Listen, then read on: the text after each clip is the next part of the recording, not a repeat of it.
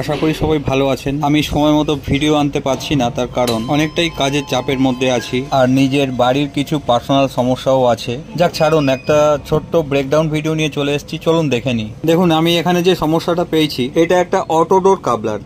এটা এখানে যে রোলারটা দেখতে পাচ্ছেন, এই রোলারটা, আর এই দেখুন এখানে যে গ্রুপটা দেখতে পাচ্ছেন, এই গ্রুপের মধ্যে রোলারটা যখনই আসবে তখনই কাবলারটা বন্ধ হওয়া উচিত। সমস্যাটা এখানেই, ওই যে গ্রুপটা দেখছেন ওই গ্রুপের মধ্যে রোলারটা আসছে না। তার কারণটা এখানে একটা স্প্রিং থাকে, সেই স্প্রিংটা কেটে গিয়েছে। তো এই কারণের জন্য, স্প্রিংটার জন্য, ওই স্প্রিংটা যখনই ওটাকে টানবে তো ওই গ্রুপটার মধ্যে চলে আসবে।